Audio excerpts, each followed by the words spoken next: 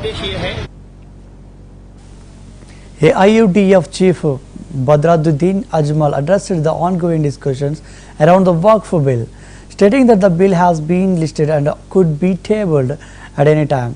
He further mentioned that on November 14, opposition members of the Joint Parliamentary Committee met with the Speaker, requesting that all the bill not be brought forward hastily.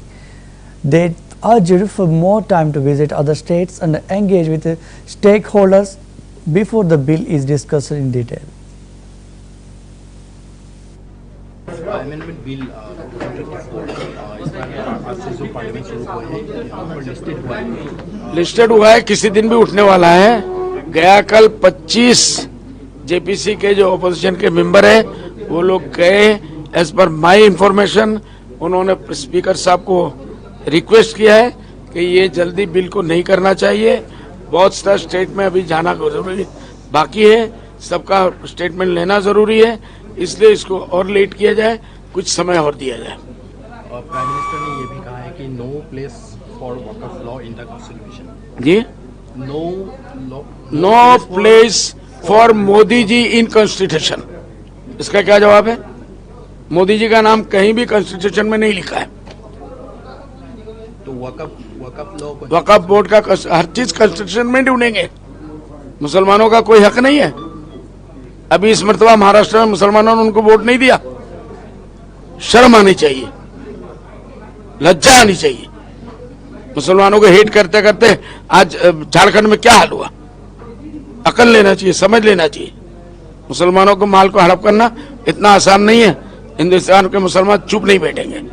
Okay, तो झारखंड में जिस तरह से आपने कहा कि BJP हार चुके हैं, लेकिन महाराष्ट्र में बीजेपी की बड़ी जीत हुई है। उसमें मुसलमानों का बहुत बड़ा हाथ है। उसमें ये चीज एक्सेप्ट कर चुके हैं, क्या नाम है, अजीत पवार जी भी और शिंदे भी, कि हमको मुसलमानों ने बहुत वोट दिया। तो आने वाले समय में कांग्रेस का क्या होगा? क्योंकि कंटिन्यू ये कांग्रेस से पूछो भाई। कांग्रेस कंटिन्यू आपकी हिसाब से क्या होगा? जी, कांग्रेस कंटिन्यू ये मेरे हिसाब से कुछ भी नहीं होगा।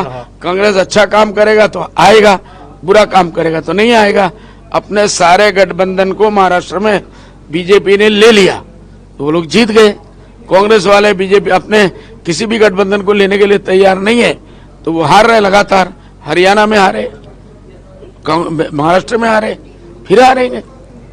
अगर अपने लोगों को लेके लड़ेंगे तो दो दो करके कतरा 4 होता है। ओके, आसम सिंह ने कल कहा है कि appeasement to none but justice for all. मुसलमान अरे क्या सबका विश्वास, सबका संतान, सबका सत्यानाश यही तो कर रहे हैं, यही सीएम साहब कर रहे हैं।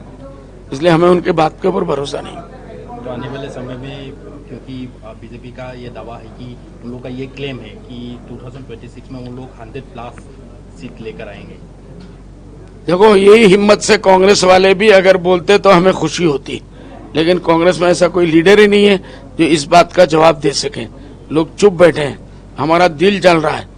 एक बीजेपी का चीफ मिनिस्टर इतनी बड़ी बात कर रहा है और कांग्रेस वाले चुप बैठे हैं। क्या ये हकीकत बन सकता है? नहीं बनेगा, ख्वाब है वो। ओके। अमेंडमेंट बिल 2024 इसमें आज से जो पार्लियामेंट शुरू हुआ है यहाँ पर लिस्टेड हुआ है, किसी दिन भी उठने वाला है। गया कल 25 जेपीसी के जो ओपोजिशन के मेंबर है वो लोग गए। एज पर माई इंफॉर्मेशन उन्होंने स्पीकर साहब को रिक्वेस्ट किया है कि ये जल्दी बिल को नहीं करना चाहिए।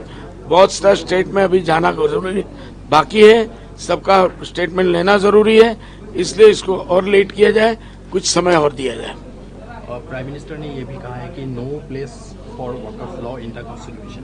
जी, no place for Modi ji in constitution. इसका क्या जवाब है? मोदी जी का नाम कहीं भी कॉन्स्टिट्यूशन में नहीं लिखा है। तो वक्फ बोर्ड का हर चीज कॉन्स्टिट्यूशन में ढूंढेंगे। मुसलमानों का कोई हक नहीं है। अभी इस मर्तबा महाराष्ट्र में मुसलमानों ने उनको वोट नहीं दिया। शर्म आनी चाहिए। That is the wrap up of the Inside News. Keep watching.